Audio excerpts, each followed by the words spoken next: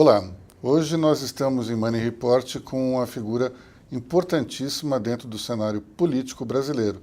Nós estamos falando de Murilo Aragão, que está aqui ao meu lado, cientista político, torcedor do Botafogo e, portanto, extremamente feliz com a conquista do seu alvinegro recente. 37 anos de Brasília, como eu estava falando, professor da Columbia University, onde ele leciona o sistema político brasileiro. É interessante saber que tem gente querendo saber mais sobre o nosso sistema político nos Estados Unidos, né? É verdade. É evidente que a maioria dos alunos são brasileiros, mas o fato é que pela primeira vez o Instituto de Estudos Latino-Americanos de Colômbia ofereceu uma cadeira específica sobre o sistema político brasileiro. E a repercussão foi boa, a aceitação está sendo boa. Enfim. Eu queria começar falando um pouco da situação, evidentemente, política do país, e hoje nós estamos, de uma certa forma, pautados pelo Supremo Tribunal Federal ou até pelo STJ, por vários outros tribunais.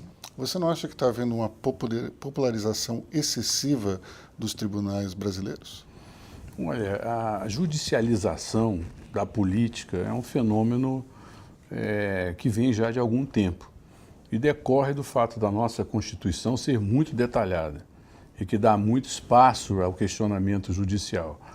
Agora, a situação ficou agravada em relação à política porque o conflito que se instalou também enfraqueceu o papel preponderante que o Poder Executivo tinha no cenário político nacional. Então, quando o Poder Executivo diminui, encolhe na sua autoridade, esse vácuo não é ocupado pelo Congresso, é ocupado pela Justiça. Por quê? Porque houve a Operação Lava Jato. A Operação Lava Jato terminou sendo um catalisador do fortalecimento do Poder Judiciário frente aos demais. E com o fortalecimento do Judiciário, ocorre uma maior atenção da imprensa ao Poder Judiciário, que gerou um outro fator que alimenta esse processo, que é a mediatização da justiça. Então, os julgamentos são cobertos pela televisão para um país, são altamente emocionalizados, partidarizados. Então, o fenômeno, a conjunção do enfraquecimento do Poder Executivo, a eclosão da Operação Lava Jato, o fortalecimento do Judiciário e a mediatização da Justiça colocam o Poder Judiciário numa posição de maior relevância e preponderância frente aos demais. Não só uma preponderância, mas também uma espécie de estrelato, né? 30 anos ou 20 anos atrás, ninguém lembrava direito o nome dos ministros do Supremo e hoje dá para até, todo mundo sabe a escalação como se fosse um time de futebol, né? Isso, de uma certa forma, não estimula esses juízes a jogar para a torcida? Ora, eu acho que sim e não. Eu de certa forma, acredito que quando se passou a transmitir as sessões do Supremo, gerou uma reação tendente, ou não uma reação, mas criou-se uma tendência ao estrelato, enfim, às celebridades do mundo judiciário, enfim, mas é um fato que a gente tem que considerar já posto.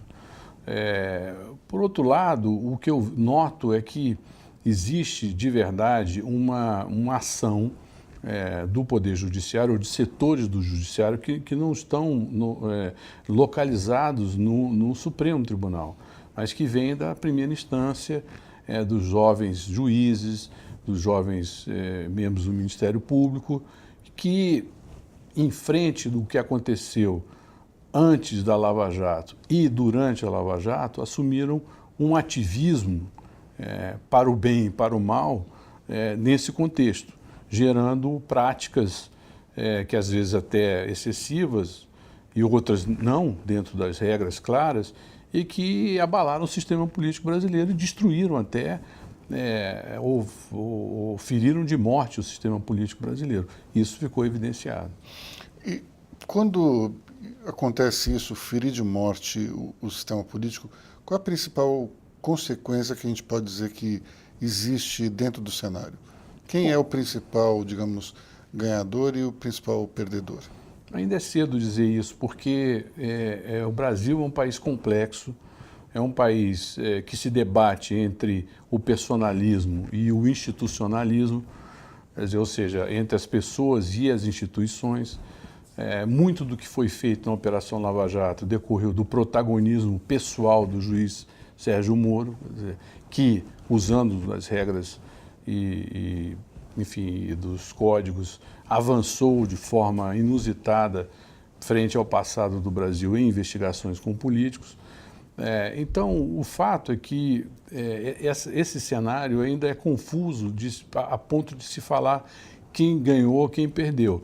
Agora, sem dúvida, algumas coisas estão claras. A primeira, a Operação Lava Jato causou profundas transformações no sistema político brasileiro, já antes mesmo das eleições. Por quê? Porque se mudou as regras de financiamento de campanha por conta da Lava Jato. Se estabeleceu teto de gastos por conta da Lava Jato.